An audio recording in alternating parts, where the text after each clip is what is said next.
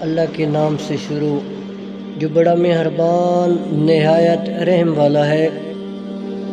اللہ پر مضبوط ایمان رکھو، جن کے ایمان مضبوط ہوتے ہیں ان کے لیے معجزے ہوتے ہیں۔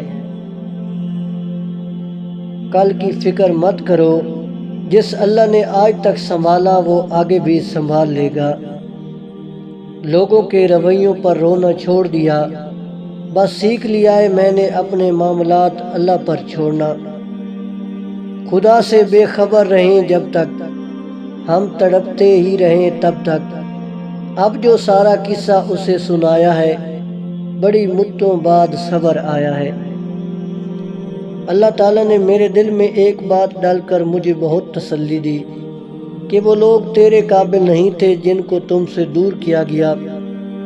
تب میں نے جانا کہ اللہ کے فیصلے بہت عظیم ہوتے ہیں۔ زندگی میں سب کچھ کسی وجہ سے ہوتا ہے۔ غلط ہوتا ہے تاکہ ہم صحیح کی قیمت جان سکیں۔ لوگ بدلتے ہیں تاکہ ان کے اصلی چہرے جان سکیں، اور کبھی کبھی اچھی چیزیں کھو جاتی ہیں تاکہ ہمیں بہتر چیزیں مل سکیں۔ ہمیشہ اللہ پر یقین رکھیں اور اس کے شکر گزار رہیں۔ بعض گہرے غموں کا علاج بہت زیادہ استغفار کے علاوہ کسی چیز سے نہیں کیا جا سکتا، اور ان غموں کی شدت پیشانی کو زمین سے چھوئے بغیر کم نہیں کی جا سکتی، جو رب العالمین کی عظمت سے مشروط ہے۔ اپنے رب سے دعا کرتے رہا کرو۔ دعا ایسی عبادت ہے جو اللہ سے سب کچھ منوا سکتی ہے۔